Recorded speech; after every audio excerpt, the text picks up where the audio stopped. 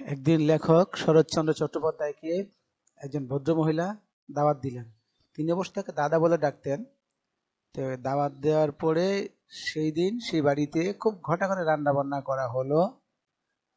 রান্নার পরে সেই ভদ্রমহিলা ননদ তার শাশুড়ির কাছে গিয়ে বললেন যে, মা, বৌদি যাকে দাওয়াত দিয়েছে তুমি কি তাকে চেনো? তখন মহিলা তো বললেন না, কে?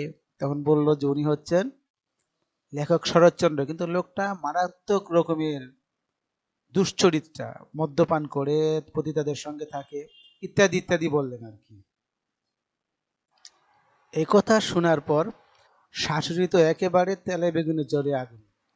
গিয়ে তার বৌমাকে বললেন যে, বৌমা, এটা হচ্ছে ভদ্রলোকের বাসা, তুমি যাকে দাওয়াত দিয়েছো তাকে কি তুমি জানো?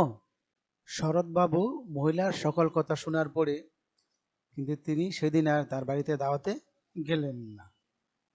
কয়েকদিন পরে শরৎচন্দ্র রেঙ্গুন শহরে তার কিছু বন্ধুদের নিয়ে সেখানে একটা নামকরা, খুব বড় নামকরা একজন পতিতার বাসায় গেলেন।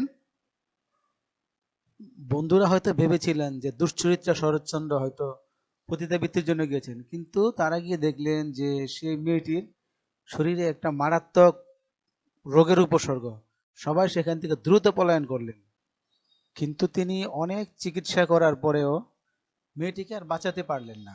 এরপর থেকে শরৎচন্দ্র বিভিন্ন সময়ে রেঙ্গুন শহরের পতিতাপল্লীতে যেতেন এবং মদ খেয়ে মাতাল হয়ে থাকতেন। অর্থাৎ সবাই তাকে একেবারেই দুশ্চরিত্রা ভেবে তাকে অনেকে পরিত্যাগ করলো।